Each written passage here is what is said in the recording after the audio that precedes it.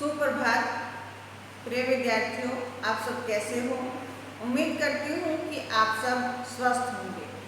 तो प्यारे बच्चों, आज मैं आपके समक्ष हिंदी व्याकरण के नए विषय विशेषण के साथ उपस्थित हूँ। विशेषण शब्द विकारी होते हैं और संज्ञेय सर्वनाम के साथ लगकर उनकी विशेषता बताते हैं। विशेषण का प्रयोग स्वतंत्र रूप से नहीं होता, वे अपने आप में आजाद नहीं होते, स्वतंत्र नहीं होते। उन्हें संज्ञा और सर्वनाम के साथ जोड़ा जाता है, लगाया जाता है। तो विशेषण की परिभाषा को भी समझें और यही विशेषण आप पहले से करते आ रहे हो।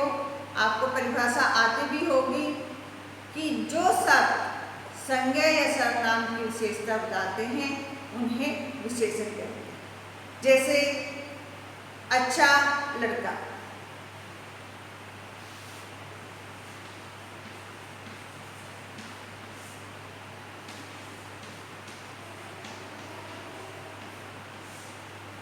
यहाँ लड़का क्या है? संज्ञा शब्द है। और कौन सा संज्ञा शब्द है? जातिवाचक संज्ञा। लड़के की विशेषता क्या है? अच्छा होना।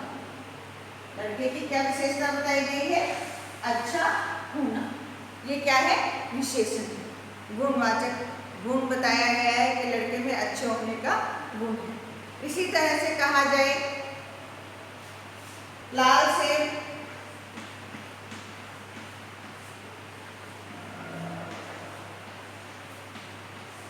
अब सेब की विशेषता क्या है?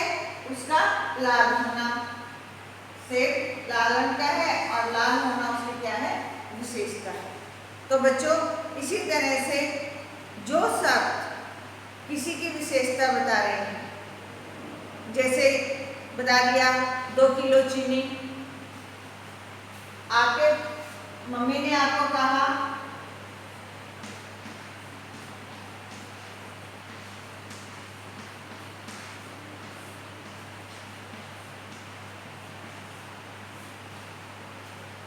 आपकी मम्मी ने आपको कहा कि 2 किलो चीनी लेकर आओ, तो आप गए और आपने कहा कि 2 किलो चीनी ले लो। ये आपकी चीनी की क्या विशेषता है? 2 किलो होना। चीनी की विशेषता किस प्रकार से? 2 किलो होना। ये आपकी परिमाणवाचक विशेषता में आएगा। तो प्यारे बच्चों, एक और रूप से कहा जाए, विशेषण वे शब्द हैं जो किसी व्यक्ति, वस्तु या स्थान की विशेषता प्रकट करते हैं, उन्हें विशेषण कहा जाता है। अब आपकी ही पुस्तक में दिया गया है प्रतिभा सुंदर लड़की है। अब प्रतिभा कौन है? एक लड़की है और उसमें क्या कौन सा गुण है? सुंदर होना। सुंदरता उसकी विशेषण हुआ। इसी तरह से कहा गया उसकी बकरी सफेद है। बकरी का सफेद होना उसकी विशेषता बता रहा है। अब विशेषण तो हमने जान लिया, विशेषण को भी समझे कि विशेषण कौन होता है? जिस संज्ञेय सर्वनाम की विशेषता बताई जाती है उसे हम विशेषण कहते हैं। हमने कहा था अच्छा लड़का, अब अच्छा विशेषण है, किसकी विशेषता बताई? अच्छा लड़के की। तो ये क्या हुआ? विशेषण। ये क्या हो गया? विशेषण। विशेषण अच्छा है और उसकी विशेषता, किसकी विशेषता बताई गई थी? यहाँ पर संज्ञा शब्द कौन था? लड़का। तो ये विशेषण हो गया। तो बच्चों, इसी तरह से विशेषण और विशेषण का संबंध है। संज्ञा, इसीलिए विशेषण अपने आप से स्वतंत्र नहीं है, उन्हें विशेषण की आवश्यकता होती है, विशेषण की ही विशेषता बताते हैं। कहा जाए अंगूर खट्टे हैं। अंगूर की विशेषता क्या है? खट्टा होना। और खट्टे क्या है? अंगूर, वो विशेषण हो गया। अब कहा जाए परविशेषण का भी प्रयोग होता है आपके इसमें कि विशेषण की भी विशेषता बताई जाए। जिन शब्दों से विशेषण की भी क्या बताई जाए? विशेषता।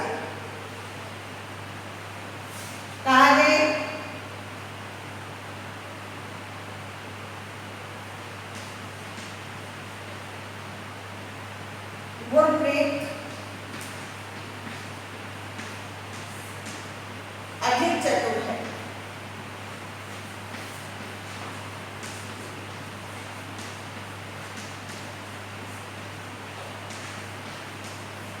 अब क्या है? गुरप्रीत क्या है? चतुर है। ये क्या हो गया? विशेषण। ये क्या हो गया? विशेषण। मगर अधिक ये हो गया परविशेषण।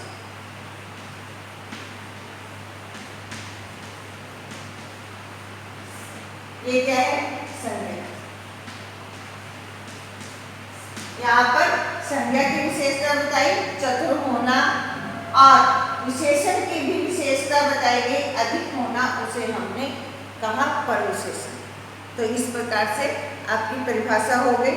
जिन शब्दों से विशेषण की भी विशेषता बताई जाती है या विशेषण की भी विशेषता का पता चले, उन्हें हम परविशेषण कहते हैं। जैसे यह करेला बहुत कड़वा है, आप भी पुस्तक से देखें, यह करेला बहुत कड़वा है। अब करेले की विशेषता क्या हो गई? कड़वा होना, परंतु उसमें बहुत शब्द का प्रयोग हो गया। कड़वा तो विशेषता है, कड़वे की भी क्या विशेषता हो गई? बहुत, तो उसे हमने कहा परविशेषण। इसी तरह से तुम्हारी बोली बहुत मीठी है, यहाँ पर मीठी शब्द क्या है? विशेषण है। इसकी विशेषता बताएगी सर्वनाम तुम्हारी, और बहुत मीठी है, बहुत उसकी मधुर की भी विशेषता हो गई, उसे हमने कहा परविशेषण। अब बच्चों, हमने विशेषण की परिभाषा को जाना। जिन शब्दों से संज्ञा या सर्वनाम की विशेषता बताते हैं उन्हें विशेषण कहते हैं। फिर हमने विशेष्य को जाना। जिस संज्ञा या सर्वनाम की विशेषता बताई जाती है उन्हें विशेष्य कहते हैं। फिर हमने परविशेषण की परिभाषा को जाना कि जो शब्द विशेषण की भी विशेषता बताते हैं उन्हें हम परविशेषण कहते हैं। अब आता है विशेषण के कितने भेद होते हैं। विशेषण के 4 भेद होते हैं, तो देखते हैं विशेषण के 4 भेद। विशेषण के 4 भेद होते हैं: गुणवाचक विशेषण, संख्यावाचक विशेषण, परिणामवाचक विशेषण और सार्वनामिक या सांकेतिक विशेषण। तो सबसे पहले हम देखते हैं गुणवाचक विशेषण कि गुणवाचक विशेषण है क्या। जो विशेषण शब्द संज्ञा या सर्वनाम के गुण का बोध कराए उन्हें गुणवाचक विशेषण कहते हैं। या दूसरे शब्दों में कहा जाए कि जो शब्द संज्ञा या सर्वनाम के गुण, दोष, रंग, रूप, आकार, अवस्था आदि का बोध कराते हैं उन्हें गुणवाचक विशेषण कहते हैं। कि ये गुणवाचक विशेषण है, इसमें गुण बताया जाता है कि अच्छा है, सुंदर है, ये गुण का रूप होता है। ठीक है, उसमें शक्तिशाली बता दिया, सच्चा, अच्छा, ये सब क्या है? गुण। व्यक्ति में गुण बताए गए हैं, किसी वस्तु में गुण बताए गए हैं या सर्वनाम के साथ गुण का प्रयोग किया गया है। फिर कहा जाए दोष, इसी में ही आता है, गुण के पहले आता है गुण, दोष। गुण में क्या आया? अच्छा,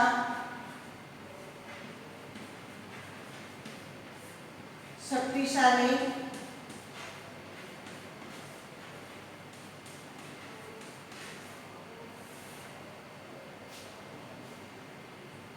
सुंदर आदि। अब कहा जाता है दोष, उसके अंदर जो बुराई देखी जाती है उसे कहते हैं दोष।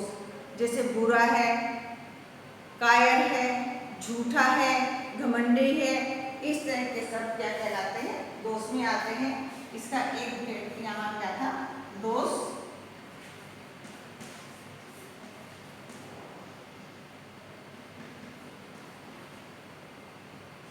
बुरा,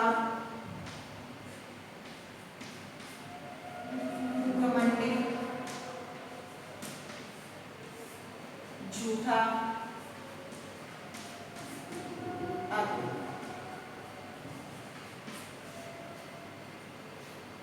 तो अब तीसरा आता है इसका रंग, कि रंग जैसे काला रंग हो गया, अभी बताया था सेब लाल रंग का है, उसके अंदर लाल रंग हो गया, गुलाबी, हरा, बैंगनी आदि। हमें जो भी हम रंग बताते हैं वो रंग से संबंधित होता है। कहा गया अवस्था, हमने बताया यहाँ पर रंग।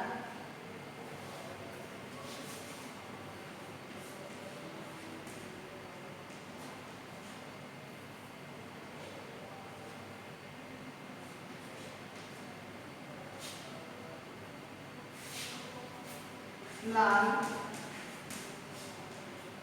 पीला, हरा आदि। अब आया अवस्था,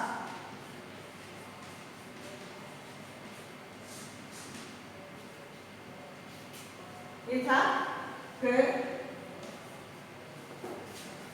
खे में दोष डाल दिए हमने, गै रंग में आ गया, है अवस्था आ गई इसकी।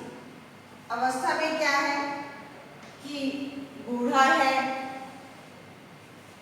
दुबला है, पतला है, मोटा है, उससे हमें अवस्था का पता लगता है। उससे क्या पता लगता है कि अवस्था कैसी अवस्था है, कोई अमीर है, गरीब है, तो इनसे हमें अवस्था का लगता है पता कि वह व्यक्ति बहुत अमीर है।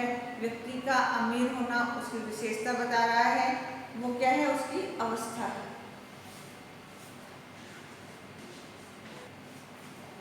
अब आता है आकार। आकार गोल आकार का है, चपटा है, चौरस है, लंबा है, चौड़ा है आदि। ये सब किसमें आते हैं, आकार।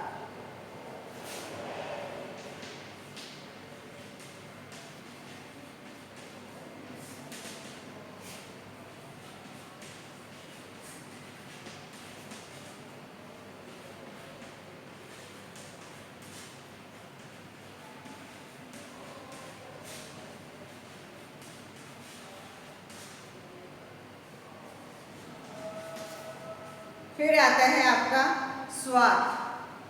आप कोई चीज खाते हैं तो स्वाद पता लगता है, नमकीन है, कड़वा है, मीठा है, कैसा है, फीका है आदि। तो उसमें आता है स्वाद।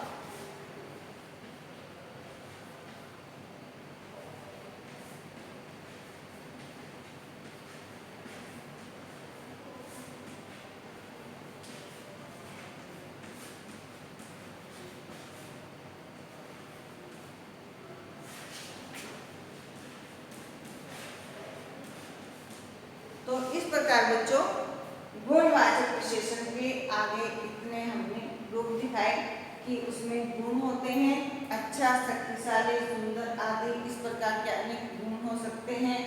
उसके बाद हमने बताया दोष, बुरा, झूठा, घमंडी, इस प्रकार हमने उनके दोषों को बताया कि कैसे सब हम विशेषण में प्रयोग कर सकते हैं गुणवाचक में।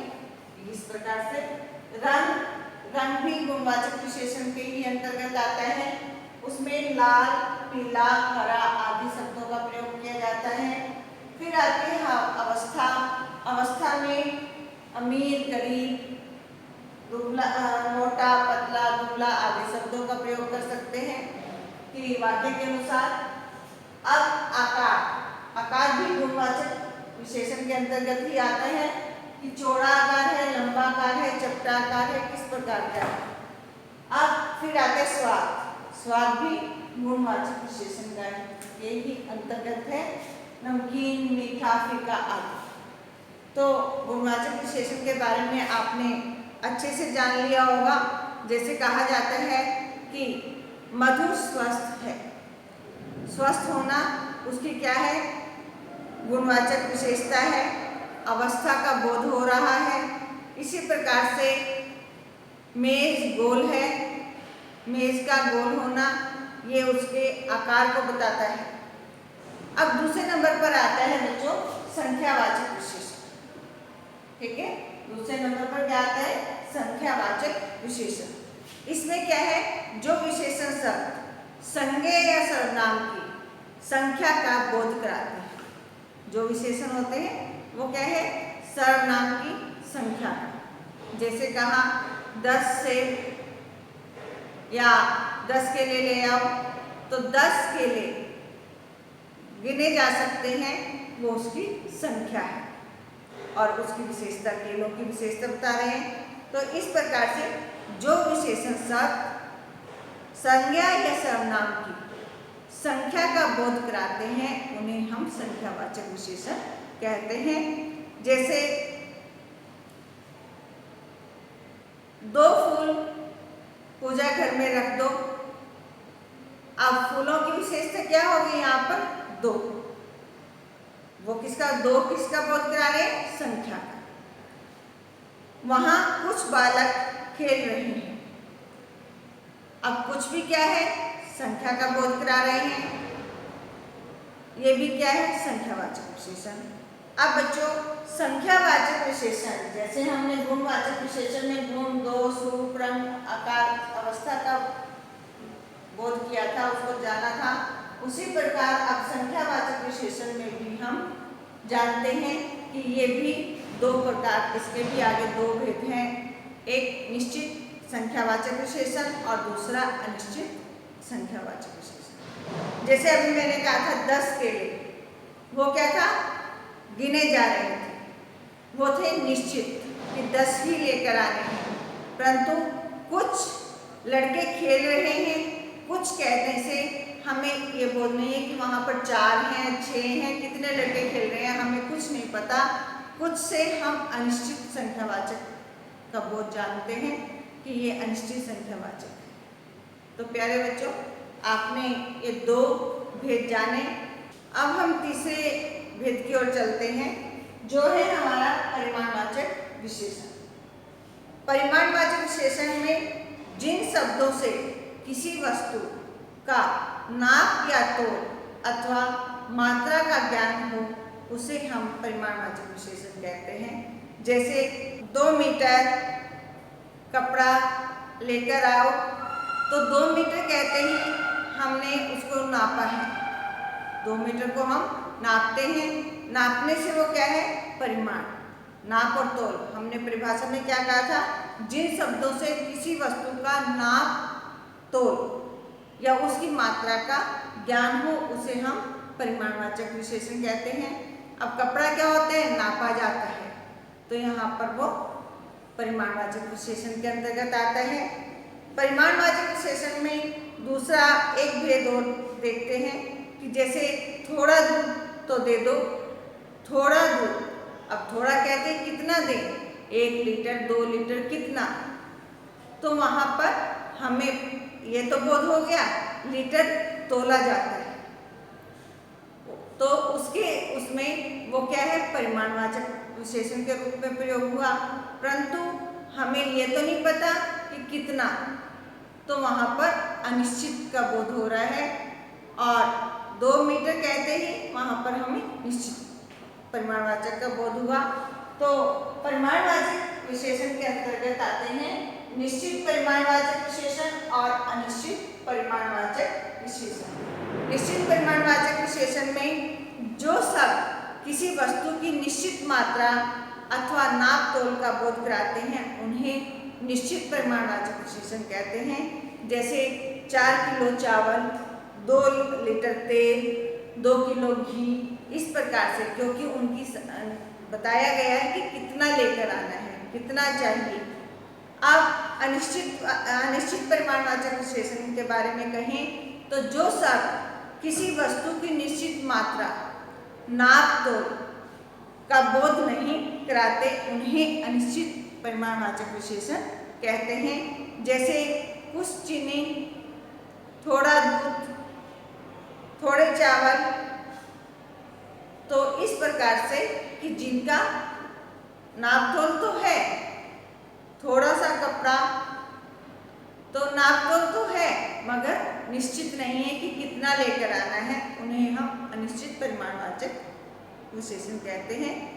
तो बच्चों तीसरा भेद हुआ। अब चौथे भेद की ओर चलते हैं, जो है हमारा सार्वनामिक या सांकेतिक विशेषण। सार्वनामिक या सांकेतिक विशेषण। सार्वनामिक विशेषण को दूसरा क्या कहा जाता है? सांकेतिक विशेषण। कुछ सर्वनाम शब्द संज्ञा शब्दों से पहले लगकर उनकी ओर संकेत करते हैं। ऐसे सर्वनाम शब्दों को, ऐसे जो सर्वनाम शब्द हैं उन्हें हम क्या कहते हैं? सार्वनामिक विशेषण कहते हैं। जैसे यह स्कूल मेरा है। अब स्कूल की ओर संकेत किया यह, तो वो क्या कहलाया? सार्वनाम। और उसकी विशेषता, किसकी विशेषता? स्कूल की विशेषता सार्वनामिक विशेषण हो गया। दूसरे शब्दों में कहें कि इस घर कहते ही घर की विशेषता इस और संकेत किया जा रहा है कि जो इस घर में जो है कुछ भी लोग अच्छे रहते हैं। ऐसे बोल सकते हैं कि एक वाक्य बनाए, इस घर के लोग अच्छे हैं। तो इस घर कहते हैं हमें सार्वनामिक विशेषण का बोध होता है। तो बच्चों हमारा जो आज का विषय है विशेषण, इसमें हमने विशेषण की परिभाषा की, विशेषण की परिभाषा की, पर विशेषण की भी परिभाषा की कि विशेषण की जो विशेषता होता है उसे हम पर विशेषण कहते हैं। फिर हमने विशेषण के भेदों को जाना। विशेषण के भेद 4 बताए: गुणवाचक विशेषण, संख्यावाचक विशेषण, परिमाणवाचक विशेषण, सार्वनामिक विशेषण, और इस सार्वनामिक विशेषण को सांकेतिक विशेषण कहते हैं। जब हमने गुणवाचक विशेषण किए तो हमने जाना कि उसके अंतर्गत कौन कौन से गुण होते हैं। गुण, दोष, रंग, अवस्था, आकार, स्वाद, ये सब चीजें किसमें आती हैं? गुणवाचक विशेषण। फिर संख्यावाचक विशेषण किया कि संख्या का बोध होता है।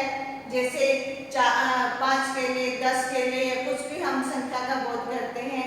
या क्लास में 40 बच्चे हैं, 40 बच्चों की विशेषता क्या है? 40 होना। तो उसमें हमें संख्यावाचक विशेषण का बोध हो रहा है। फिर हमने कहा अनिश्चित संख्यावाचक विशेषण। हमने कहा कि वहां से कुछ सामान ले आओ, या कहा गया कि वहां से कुछ चेयर उठाकर लाओ। तो चेयर कितने उठाकर लाए? सोचने लगते हैं कि कितने उठाएं, 2 उठाएं, 4 उठाएं, कितनी संख्या का बोध नहीं है। वहां हम अनिश्चित संख्यावाचक विशेषण का प्रयोग करते हैं। फिर आता है परिमाणवाचक विशेषण। परिमाणवाचक विशेषण में हम नाप तोल का प्रयोग करते हैं। या तो चीज नापी जाती है या तोली जाती है या उसकी मात्रा का बोध होता है। तो उसमें हमने कहा कि 2 मीटर कपड़ा लाना है, तो 2 मीटर कपड़ा क्या होता है? नापा जाता है। और नापने से हमें बोध हुआ कि 2 मीटर लेके आना है, तो वो क्या है? निश्चित परिमाणवाचक विशेषण। फिर कहा गया कुछ चीनी ले आओ। अब चीनी तोली जाती है मगर कितनी लाएं? 1 किलो, 2 किलो, कितनी पता नहीं। तो वो किसमें आता है? अनिश्चित परिमाणवाचक विशेषण में। फिर आता है सार्वनामिक विशेषण।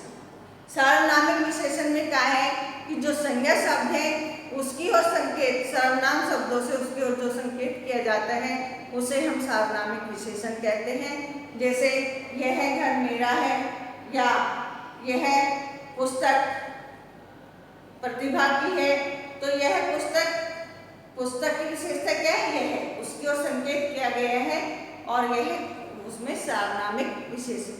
तो इस प्रकार बच्चों आपका यहाँ विशेषण के भेदों तक आज मैंने इस पाठ को समझाने की कोशिश की है। उम्मीद करती हूँ कि आपको ये समझ में आ गया होगा। अब हम कल इसकी विशेषता में, सर्वनाम और सार्वनामिक की विशेषता में अंतर जानेंगे और विशेषण की अवस्थाओं का भी बोध करेंगे कि किस प्रकार अवस्थाएं होती हैं इसकी, तो उनको जानेंगे। धन्यवाद।